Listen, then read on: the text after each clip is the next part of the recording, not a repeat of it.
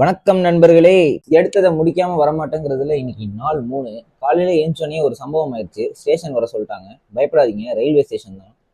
தம்பி காமெடி வேண்டாம், நான் சொல்லிட்டேன். நானு காமெடி பண்ணாதன்னு சொல்லியிருக்கேன். நானு போன வேலையை முடிச்சுட்டு வந்துட்டு வெயிட் செக் பண்ணிட்டு இன்னைக்கு நாளோட முதல் மீல சாப்பிட போயிட்டேன். பிறகு பிரைவசி வேலையெல்லாம் முடிச்சுட்டு ஸ்கின் கேர் பண்ணிட்டு கிளாஸுக்கு கிளம்பிட்டேன். இங்க வந்ததுனாலதான் ஃபர்ஸ்ட் டே ஜிம்முக்கு லேட்டு. கிளாஸ் முடிஞ்சதும் வழக்கம் போல இங்க வந்துட்டேன். ரைஸ் பவுல ஆர்டர் போட்டு செகண்ட் மீலுக்கு உட்காந்துட்டேன். அப்படி இங்க என்னடா இருக்குன்னு கேட்டீங்கன்னா, அது உங்களுக்கு சொன்னா புரியாது சார். ஹாஃப் ஹேண்ட் சட்டை போட்டாலே சின்ராசை கையில பிடிக்க முடியாது. லைட்டா போசிங்க போட்டு வீட்டுக்கு கிளம்பிட்டேன். வீட்டுக்கு வந்துட்டு அவுட்ஃபிட்டை மாத்திட்டு கை கொடுக்கும் நண்பர்களை வாயில போட்டு ஜிம்முக்கு கிளம்பிட்டேன்.